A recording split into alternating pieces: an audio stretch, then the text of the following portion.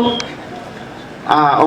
okusima okuhirwe omunyishenjero wabo kanga hamwe na RDC wakagadiriria notera haha mukoro gukwakira ebyombeko bya Berezi Community School omutawuni kanso y'Endinzi ebyombekirwe Bishop Emmanuel Musinga kurabira mu buhereza bwabo obwa His Grace Tabernacle Ministries. Yabari munonga mushitira RDC omukazo umwogo kuturukwisha gukora natwe ibyo turubuje gukora government ke kwikiriza leta niyemera ishomero nturuto mikono ya government iri shule iki kigo twagishira mu maboko ya leta kana nemwe ikituma tubegera hafi cyesongoro kirunki mu kwesongora nubwo uko muririmbo indirimbo nziza cyane indirimbo yo kwigisha abana cyesongoro cyo kwegesa abana indirimbo yo kwigisha abana b'igihugu cyesongoro cyo kwegesa abana bihanga mweba Dr. Shorora Mdini thank you for not mweba Dr. Lema Dini na bina si twenda kusima president Yoweri Museveni ogo umwegera president abo kubechi niwe yakiresire it's niwe yakiresire it's him who wrote it.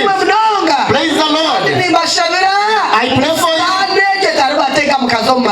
you. Mbwene ndineji y'abarokore na Pentecost Churches obuherezo bupemereremu n'obwa Pentecost Churches mwene tusaba government kubasa kuyamba buri dini yore kachikwataraho abo kuba ino mugashona yo kukwataraho government. Bishop Musinga najara ngo bakashara mukombeke byombeke nkakasima har government ya Uganda habo kubacire kabahaho kutomutwe umubwire bwotaro mu ihanga rya Kongo. Uganda is one of the country who give us where we can stay. Uganda niyo yatwakire kugira ngo tubase kutungo budamu. We become a refugee here. Nito twija hange impunji. But you take care for us. Konka no mutureberera. This is how we can pay back this one. Nito nko twina kubashashura muringo ngogo.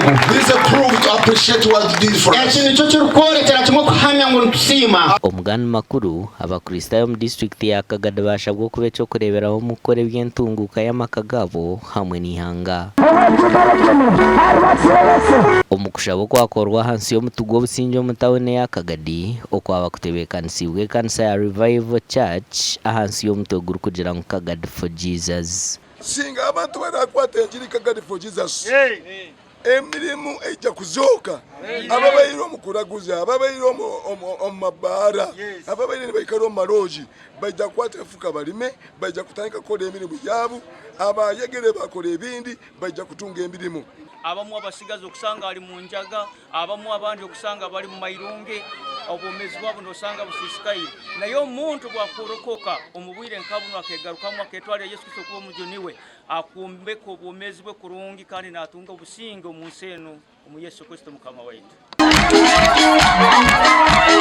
Okushabo kwayitabwa mu cyanga cya Bunyoro kandi kwayitabwa mu abarokore n'amadini agandi okwetorora Bunyoro hamwe na Kagadi. Ozira abaremani barubata abasigazi ba Kagadi bajunirwe bayikiriza Yesu kuba omujuni w'obomezi bwabo.